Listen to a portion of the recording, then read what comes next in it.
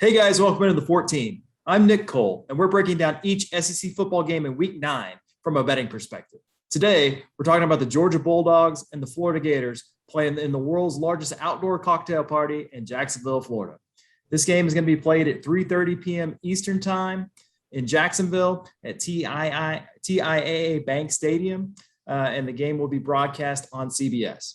From a betting perspective, this game opened with Georgia as a 13-point favorite, and the line has moved slightly as the Bulldogs are a 14-point favorite as the recording of this video. Over-under opened at 46.5 and has shot up all the way to 51 as of Thursday afternoon. I'll bring in our betting analyst, Christopher Smith. Christopher, are you excited about this SEC East showdown? Yeah, I'm seeing 14.5 even pop up at a few books. So it'll probably be a battle to see, does it stay at 14 or does it go to 14.5? But both of these teams obviously coming off a bye week, and both of them have a couple of quarterbacks that we're paying attention to. So, Nick, why don't you get us into the weather, injuries, and Nick's news and notes? Sure. So we'll start with the weather. Jacksonville, Saturday afternoon, we should be looking at temperatures in the 60s. The wind situation will have between 9 and 12 mile per hour wind, which is just on that cusp of being meaningful for the total in this game. And there's a low chance of rain, so shouldn't be too worried about that. From an injury standpoint, let's start with Florida. Wide receiver Trent Whittemore has played the third most snaps at the position for the Gators this season. And the reports out of Gainesville are that he may play, but we'll just have to wait and see. On the Georgia side, they've had a lengthy list of players all season long that we've been monitoring, none more so than starting quarterback JT Daniels, who's been out for several weeks with a lat issue, but he's reportedly been practicing without limitations this week, so we may see him on the field. Some other guys to look at: wide receiver George Pickens, wide receiver Dominic Blaylock, running back Kendall Milton, guard Tate Ratledge, defensive back Tyke Smith, cornerback Jalen Kimber, and linebacker Ryan Davis are all out for this game.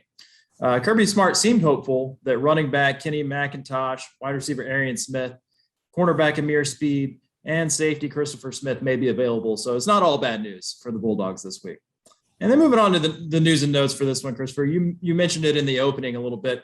We're monitoring the quarterback situation for both of these teams, which is a little bit odd at this time of the season to be saying. But for Florida, it may be that may be the most intriguing question between the two teams. The Gators entered their bye week with a full-blown quarterback controversy after they lost 49-42 to LSU. You saw Emory Jones give way to Anthony Richardson midway through that game.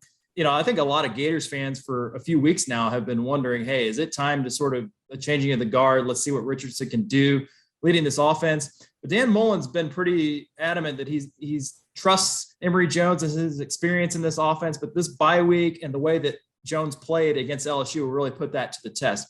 So it'll be really interesting to see coming out of this. He's been pretty mum about who's going to play and how much they're going to play. He's keeping us guessing. He's probably doing that to keep Kirby Smart guessing. It makes it a little bit hard to handicap the game if you have a strong lean on one quarterback or the other with your personal preference on betting the Gators.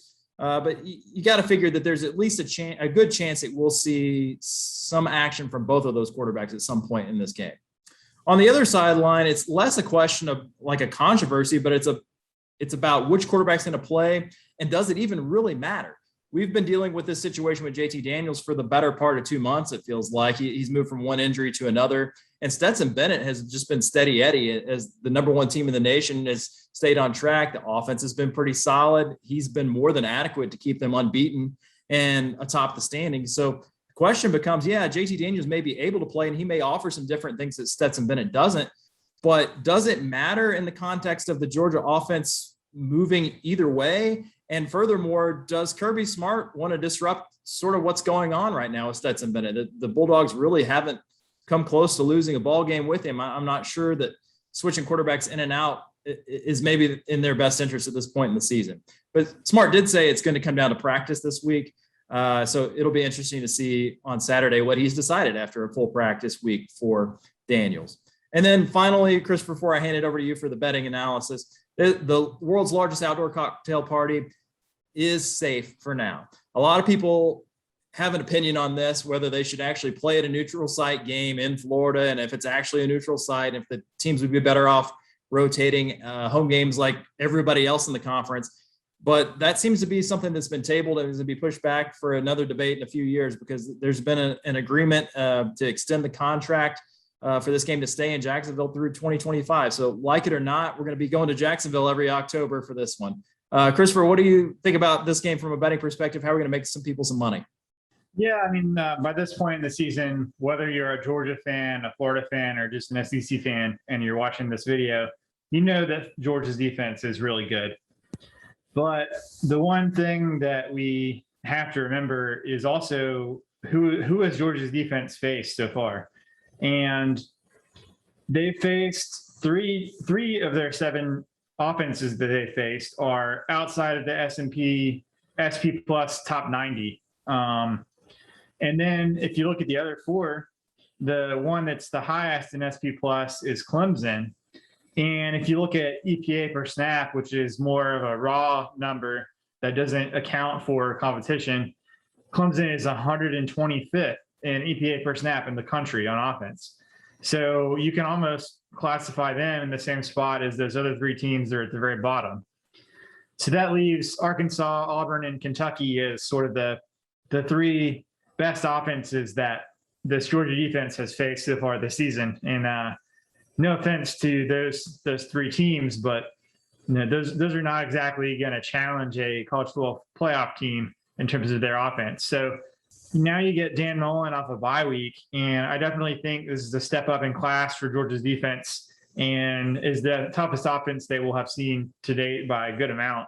What does that mean? Well, you mentioned Florida. I fully expect them to start Anthony Richardson. Richardson is the more explosive player. He can, take off with his legs, or he can make a sort of off balance, off platform throw that has everybody in awe as well.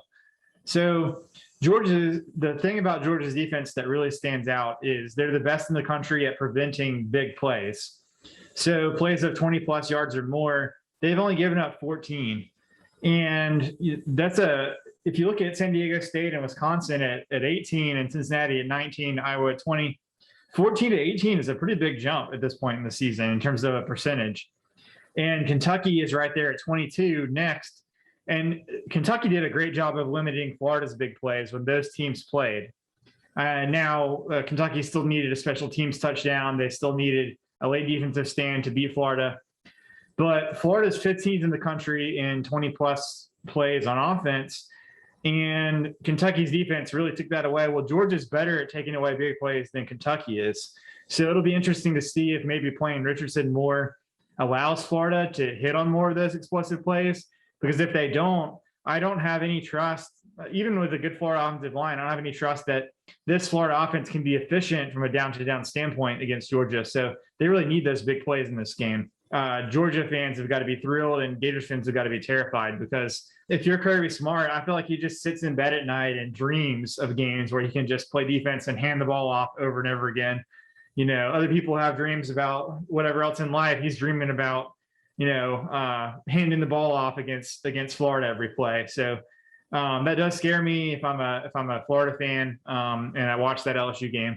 But Nick, who are you betting on this game and why?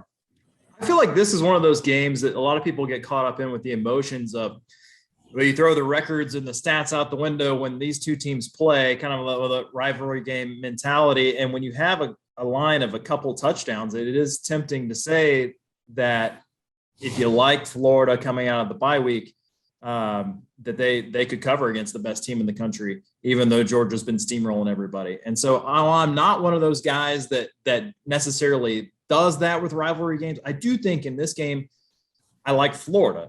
And the reason is, you've kind of alluded to, I think we'll see more of Anthony Richardson in this game, which leads to more explosive plays from the Gators offense, which already can run the ball well. I feel like the Gators can keep it within two touchdowns for this. And then for the same reason that I like Richardson boosting that Gators offense, I like the over 51 in this game. I think we can get there.